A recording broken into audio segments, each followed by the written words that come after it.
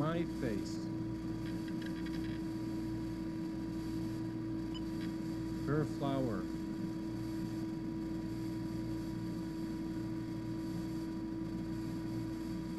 Rose. Right choice.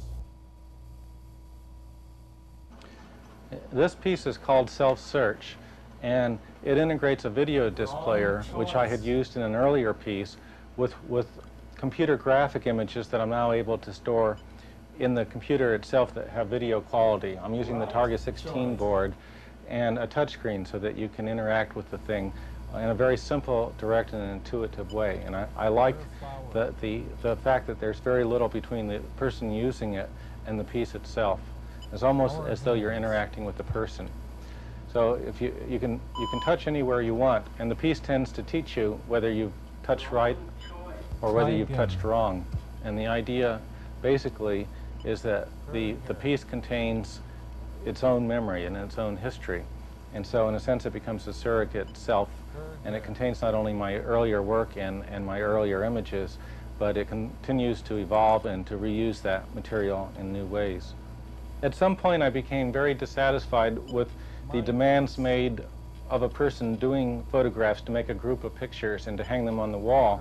And I felt that I was only one person and I only wanted to do one art piece. For my whole life I wanted somehow or other to have one format and one work of art. And in order to try to accomplish that, I created a very formal system to make photographs in that I felt I could use forever and thereby create a single body of work that in a sense would represent myself. One of the ideas that I have been working with is the application of artificial intelligence in order to allow the computer in a sense to be a true self or person with its own ideas that you can talk to and communicate with, so that when a person uses this program, different people will respond to it differently, and one person will have a very positive experience and another person a very negative experience. And I utilize an expert system as a model for doing this, so that an expert system has frames that can represent emotions like feelings, happiness, and sadness. And as you make choices, your goals are very different from the computer's goal. The computer has very different goals from you.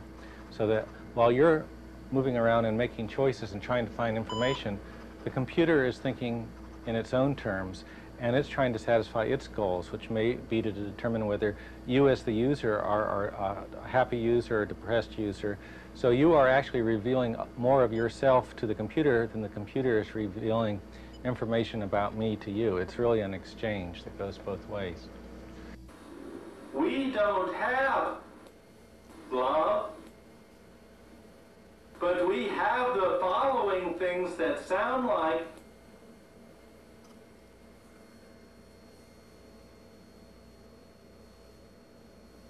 love, Sex, romance, and death. The touchscreen is very easy to program. You simply touch an area of the screen and it shows in this monitor where you've touched. You touch a key, then you go to the other side of the image and it creates the touch area. If you like that area, you simply indicate that you do, and it asks you if it's okay. It is, and then it asks you what name you want to give that area. Well, that's her head, so we'll call it head.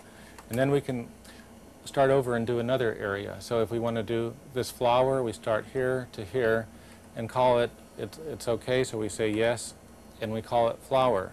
So when I'm writing a program for this, the computer will automatically know if I touch an area that I touch the head or I touch the flower. So in a sense, the computer very quickly becomes visually literate and is able to distinguish objects within the picture itself.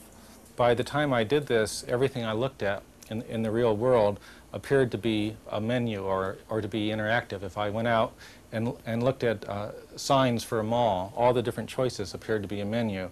They say a photograph refers to 1,000 words, but my feeling is that a photograph refers to almost an unlimited amount of information, and you can access it. love, It is my intent, as well as my ambition, to follow the various branches of Donut Beach Research Center wherever they may lead, whether it be from my participation in the senior prom, to my hopeful coronation as Donut King, or from wherever or to wherever.